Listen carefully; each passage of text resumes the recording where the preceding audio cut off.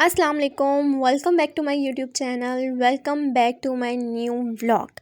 तो सबसे पहले व्लॉग स्टार्ट होने के मैं आपको फ्रिज की क्लीनिंग दिखा रही थी जो मैं इस वक्त कर रही थी।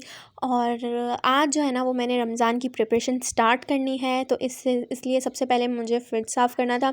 अच्छा, मेरा फ्रिज जो है ना वो अभी ऑलमोस्ट कोई 1 मंथ हुए हैं इसको आए हुए, तो इतना ज़्यादा गंदा नहीं था। इसलिए बस हल्का-फुल्का सा मुझे इसको क्लीन करना था और उसके बाद मुझे अपने रमज़ान की तैयारी शुरू करनी थी। सबसे पहले तो रमज़ान में सिर्फ 2 या 3 दिन रह गए थे और मेरी अभी तक कोई तैयारी नहीं थी। मैं घर की क्लीनिंग वगैरह में लगी हुई थी। तो बस आज फिर मैंने शाम को सोचा कि मैंने सारा सामान मंगवा लिया था और उसके बाद मैंने सोचा कि अब मुझे रमज़ान की तैयारी स्टार्ट करनी ही करनी है। तो बस फिर यहाँ पे कोई 8-9 का टाइम था, खाना वाना खा के हम दोपहर का हम फ्री हो गए थे और रात का भी मुझे ये था कि टाइम है तो चलो मैं इतना स्टार्ट कर देती हूँ। सबसे पहले मैंने यहाँ पे जो है वो ग्रीन चटनी की तैयारी की थी। इसमें मैंने लहसुन और हरी मिर्चें और धनिया पुदीना ये सब कुछ लिया था। अच्छा, अगर हम लोगों को चटनी फ्रीज़ करनी है ना तो उसमें हमने आधा मतलब अपनी क्वांटिटी के हिसाब से आपने जो है ना लेमन ऐड करना है उसमें छिलके के साथ, तो कभी भी आपकी चटनी जो है ना वो काली नहीं होगी। तो इसमें मैंने जो है ना आधा, क्योंकि मैं इतनी ज़्यादा नहीं बना रही थी चटनी, तो इसलिए मैंने आधा लेमन लेकर और उसको छिलके के साथ इस चटनी में ऐड कर दिया। इसके बाद मैंने इसको पीसते हुए इसमें ज़ीरा और सॉल्ट ऐड कर दिया था और फिर उसके बाद बस मैंने इसको ग्राइंड कर लिया था।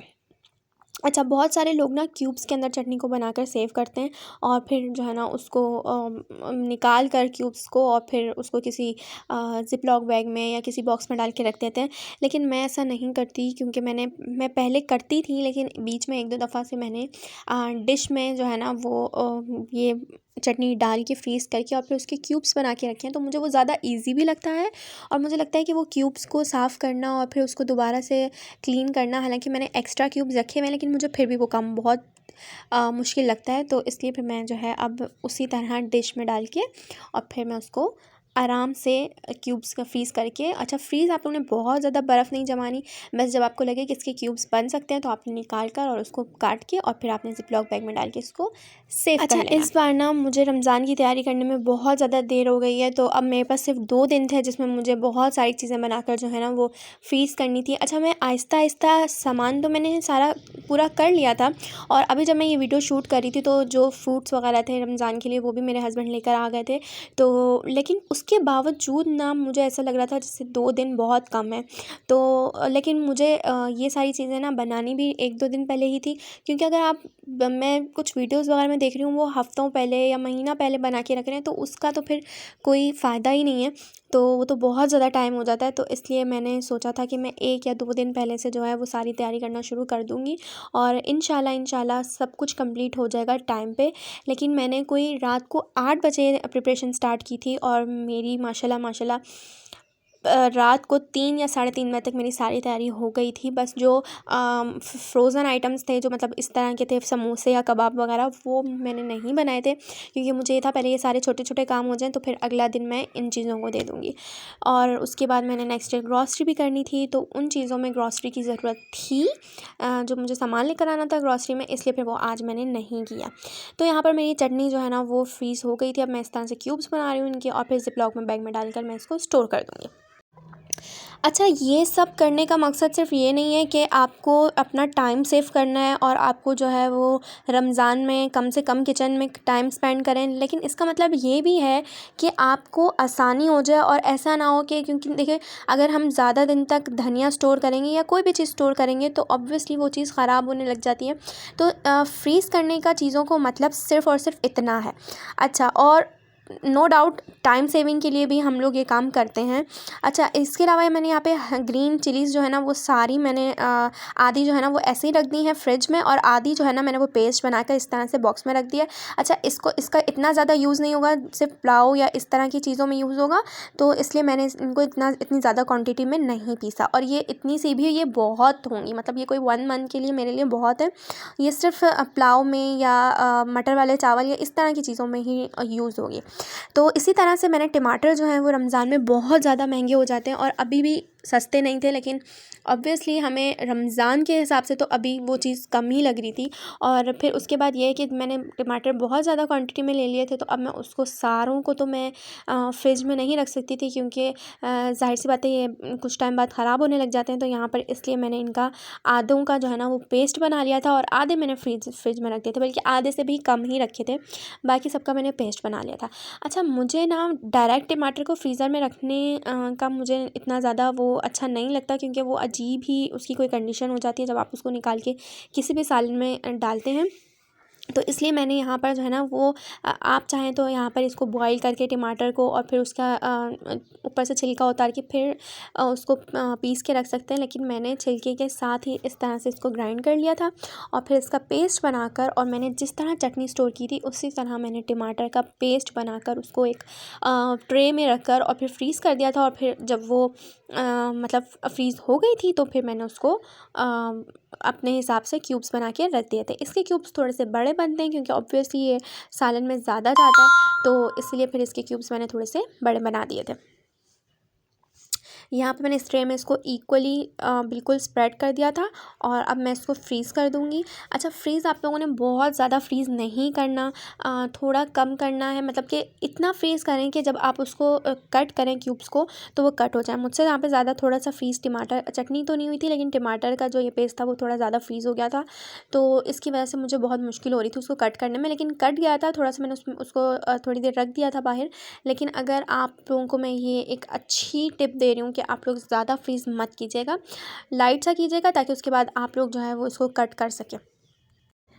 उसके बाद जी मैंने लहसुन अदरक को जो है ना वो छील लिया था, और इसमें मैंने लहसुन और अदरक मिक्स करके मैं पीस लूँगी।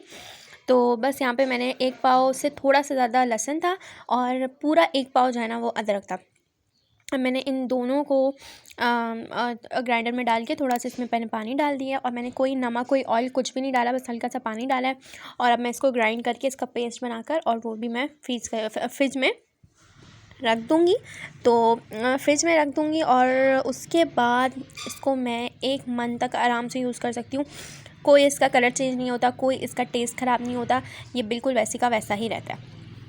उसके बाद ना मैं डेयरी क्रीम यूज़ नहीं करती हूँ फ्रूट चाट में। मैं ये जो व्हिपिंग क्रीम होती है ना, उसका 1 किलो वाला पैकेट होता है, तो मैं वो यूज़ करती हूँ। और इसको जो है ना मैं अच्छे से व्हिप कर और फिर जो है ना ये 1 किलो क्रीम है जो मेरा पूरा रमज़ान फ्रूट चाट में पूरी हो जाती है। लेकिन अगर आपकी फैमिली बड़ी है, क्योंकि हम लोग सिर्फ घर में 3 लोग हैं, तो हमारे लिए फ्रूट चाट इतनी नहीं बनती, तो उसके हिसाब से 1 किलो वाला पैकेट पूरा हो जाता है। लेकिन अगर आपकी फैमिली ज़्यादा बड़ी है, तो फिर आप लोग ज़्यादा भी लेके स्टोर कर सकते हैं। अब मैं इसको जो है ना 1 किलो वाले पैकेट को मैं इसमें बाउल में डालूँगी, और इसमें मैं अपने हिसाब से चीनी डाल दूँगी। अगर आपको चीनी डालनी, क्योंकि ये वैसे ही बहुत ज़्यादा मीठी होती है, अगर आपको डालनी है तो आप डाल सकते हैं, वरना आप स्किप भी कर सकते हैं। और इसमें मैं जो है ना वो शुगर ऐड कर और इसको अच्छी तरह से जो है ना मैं इसको बीट कर लूँगी, और बीट कर मैं इसी बाउल में इसको कवर कर फ्रीज़ कर दूँगी। तो जब भी मुझे, अच्छा, ये बिल्कुल बर्फ़ की तरह फ्रीज़ नहीं होती है, ये थोड़ी आइसक्रीम टाइप रहती है, तो आप इसको ईज़िली जो है ना वो निकाल कर और अपनी फ्रूट चाट में डाल सकते हैं।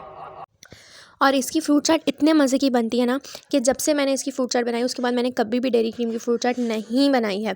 ये इसमें कोई मायनीज़ कुछ भी डालना नहीं पड़ता आपको, शुगर भी हमने इसमें ऐड कर दी है। बस अब इसको क्लीन करके हम इसको फ्रीज़ कर देंगे, और जब हमें ज़रूरत होगी इफ्तारी के वक्त, तो हम इसको निकाल कर और अपनी फ्रूट चाट में डाल लेंगे। इसके बाद जी यहाँ पर मैंने ये ऑर्गेनाइज़र्स लिए थे फ्रिज के लिए, ये दराज़ पे भी आप लोगों को मिल जाएंगे, और मैंने ये लोकल शॉप से लिए थे। इसको इस तरह जो है ना वो सेट कर देते हैं इसके ऊपर, जाली के ऊपर। तो इससे ये है कि आपका स्पेस जो है ना वो ज़्यादा हो जाता है। तो इसके अंदर मैंने धनिया, पुदीना, हरी मिर्चें और लहसुन जो मैंने तड़के वगैरह के लिए एक साइड में एक करके रख दिया था, वो मैंने इसके अंदर रख दिया। और मैं इसके अंदर लेमन भी लाकर रख दूँगी। लेमन अभी मेरे पास नहीं थे, क्योंकि रूह अफ़ज़ा वगैरह में अक्सर डालना पड़ जाता है, और भी किसी चीज़ में ज़रूरत पड़ जाती है। अच्छा, इसके बाद जो है ना वो मैं यहाँ पर कमरे में आ गई थी, क्योंकि अब मुझे बहुत सारा कटिंग का काम करना था, जो किचन में खड़े हुए मेरी हालत ख़राब हो जानी थी। इसलिए मैं फिर रूम में आ गई थी, और फिर मैंने यहाँ बैठ के सारा अपने कटिंग का काम किया था।